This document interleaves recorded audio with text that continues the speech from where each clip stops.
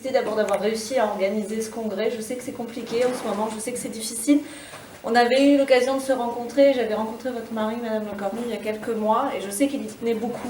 Donc voilà, donc je suis persuadée que là où il est très fier de ce congrès aujourd'hui. Pour le département du Calvados, c'était très important aussi d'être présent avec vous ce matin et de vous accompagner. Parce que le travail que vous faites est essentiel. C'est un travail associatif, monsieur le maire le disait. Mais c'est aussi parce que c'est un travail de l'ombre qu'on méconnaît parfois, même souvent, je crois. Dans l'imaginaire collectif, les pupilles de la nation sont souvent très liées, on en parlait tout à l'heure, à nos deux guerres et surtout à la Seconde Guerre mondiale. J'ai pu, en parcourant votre site internet, d'ailleurs qui est fort bien fait, bravo, voir que vous aviez su aussi faire progresser, évoluer. Et j'ai été très touchée de voir effectivement que le spectre des pupilles des nations, il s'était élargi avec l'histoire. Bien malheureusement, puisque j'ai pu voir effectivement que aujourd'hui, les enfants des victimes du terrorisme notamment étaient inclus dans les pupilles. Et c'est vrai que c'est assez essentiel ce travail que vous menez pour cette reconnaissance. Ici sur ce territoire, et je pense que monsieur le maire ne me démentira pas, on sait très bien à quel point les conflits ont évolué. Le prix Bayeux-Calvados-Normandie des correspondants de guerre en est malheureusement l'exemple chaque année, où chaque année nous voyons que les conflits ne se sont pas amoindris, qu'ils sont différents, qu'ils bougent, qu'ils évoluent, qu'ils prennent d'autres formes, parfois sur notre territoire. Je parlais du terrorisme.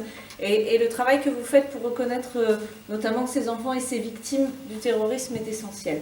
Donc à ce titre, merci de faire ça pour notre nation. Et puis aussi, vous travaillez beaucoup sur ce travail de mémoire, et encore une fois, entre le prix Bayeux-Calvados-Normandie des correspondants de guerre, mais aussi ce territoire très ancré sur la mémoire. Ici, la mémoire, on la cultive, on la travaille, on l'entretient, on la pérennise. C'est une terre de mémoire. Alors peut-être qu'effectivement, chaque territoire, chaque département en est une, forcément. Mais ici, sur chacune de nos côtes, et si vous avez l'opportunité de parcourir quelque peu le littoral calvadosien, vous pourrez le voir. Elle est ancrée partout. On grandit avec cette mémoire qu'on entretient, qui est extrêmement importante. Et je sais que vous avez aussi agi avec le jeune public pour transmettre cette mémoire, pour la pérenniser.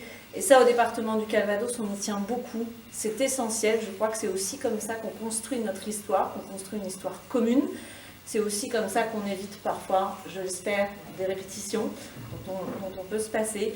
Et ici, voilà, c'est vraiment essentiel pour nous, ce travail auprès des jeunes générations. On le fait auprès de nos collèges, on le fait auprès de l'ensemble des enfants, on le fait auprès de nos territoires. Voilà, c'est extrêmement important. Donc je tenais à vous en remercier pour cet important travail que vous faites à l'échelle nationale. Vous féliciter d'avoir parcouru la France pour venir jusqu'ici, mais je suis sûre que vous ne le regretterez pas.